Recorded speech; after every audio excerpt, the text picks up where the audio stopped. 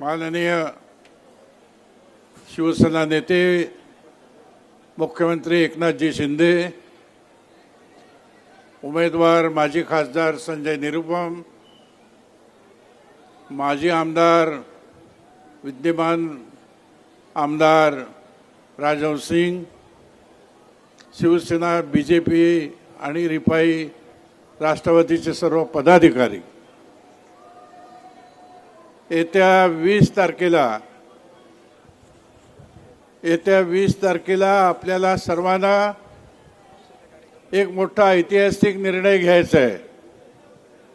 हा निर्णय असा आहे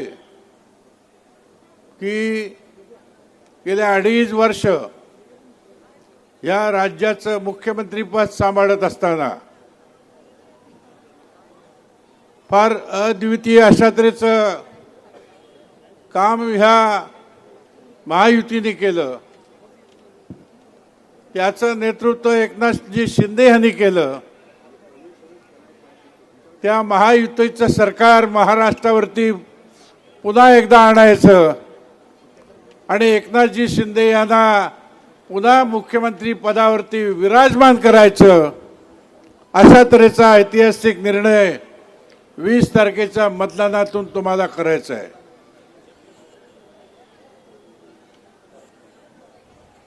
मी ह्या ठिकाणी आपल्याकडून 4 वेळेला विधानसभा आणि 2 वेळेला लोकसभा आपण मला निवडून दिलं 30 वर्ष सतत। त्यावेळेला आपण धनुष्यबाण बटन दाबलं। आज देखील संजय निरुपम जे आहेत हे धनुष्यबाण बटन घेऊनच आलेले आहेत, निशाणे घेऊन आलेले आहेत। हा संपूर्ण कुरार विलेज, क्रांतीनगर आणि हा परिसर जो आहे हा शिवसेनेचा बालेकिल्ला आहे। आपण सतत शिवसेनेला मतदान करणारी मंडळी आहात। त्यामुळे आता येणारा उमेदवार जो आहे आमच्या शिवसेनेचा संजय निरुपम यांना सुद्धा धनुष्यबाणावरती बटन दाबून आपण निवडून आणायचे। मी जवळजवळ 7 ते 8 मुख्यमंत्र्यांचा कारभार जवळून बघितला आणि सर्वस्व झोकून देऊन,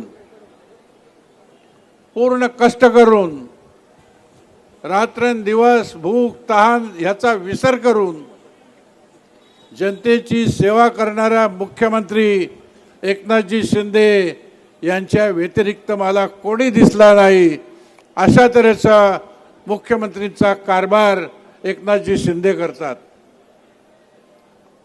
आपण आणखीन एक गोष्ट करा, मतदान करताना विचार करा। 2.5 वर्षाचा कालावधी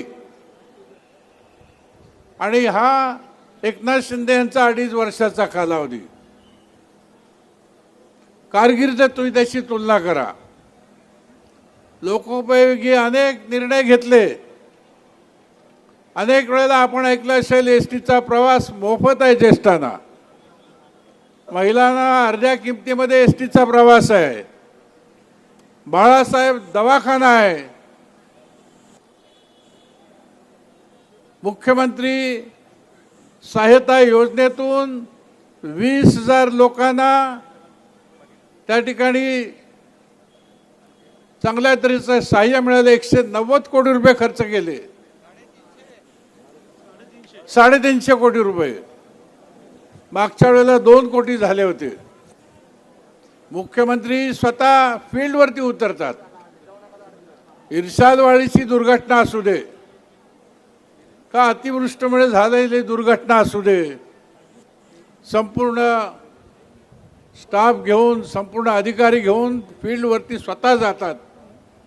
असा कष्ट करणारा मुख्यमंत्री महाराष्ट्राला आपल्याला परत आणून द्यायचा आहे। त्याचबरोबर मुंबईचा जर विचार केला तर मुंबईमध्ये आपल्याला मुंबई शहरात येताना 4ही बाजूनी टोलचे नाके आहेत। टोल भरावा लागतो आणि आपल्या घरात यावं लागतं। टोल मुक्ती केली मुंबई शहरवासियांना. अटल सेतू म्हणजे इथून पनवेलला जायला 2 तास लागायचे, आता अर्ध्या तासामध्ये पनवेलला पोहोचू शकतो अशा तऱ्हेचा हा सेतू आहे. त्याचबरोबर कोस्टल रोड रखडलेला होता, इथून बांद्र्यावरून मरीन लाईनला जायला 1 तास लागायचा, आता 25-20 मिनिटामध्ये पोहोचतो. मेट्रो लाईन सर्व ऑपरेटिव्ह झाल्या, कार्यरत झाल्या. यासारख्या अनेक योजना, लाडकी बहीण योजना तर आपल्याला माहिती आहे, नुसतं त्यांनी जाहीर केलं नाही, गेल्या 3 महिन्यामध्ये लाडकी योजनेचं प्रत्येकी 1500 अधिक वाढीव आता 600 रुपये अशा तऱ्हेची रक्कम लाडकी बहीण योजनेतून आमच्या ह्या बहिणींना मिळत आहेत. या सगळ्या योजना करणं, हिताचं विचार करणं, हे सगळं जे आहे हे परत आपल्याला मिळवायचं आहे. मी आपल्याला ह्या ठिकाणी एवढी कळकळीची विनंती करीन की आपण सर्वजण ह्या भागामध्ये शिवसेनेला मानणारी मंडळी आहात. शिवसेनेचा बालेकिल्ला आहे.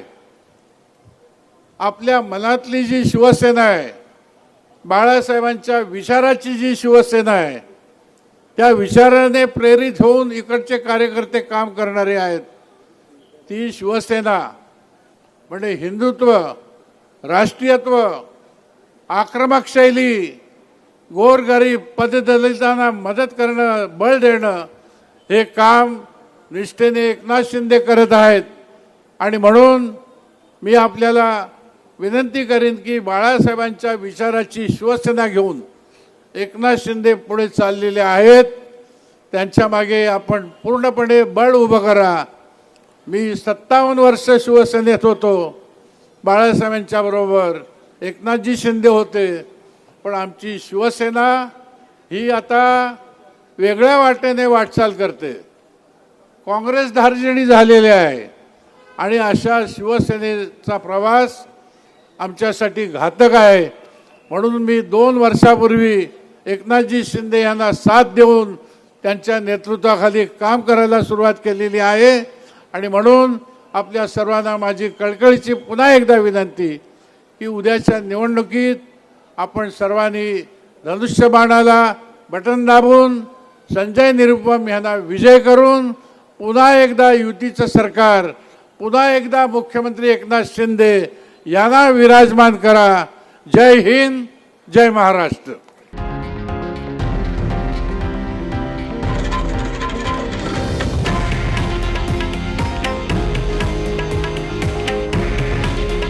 हे आहे देशातील नंबर 1 न्यूज नेटवर्क आणि आपण पाहत आहात TV9 मराठी. काळजी तुमची, हित महाराष्ट्राचं.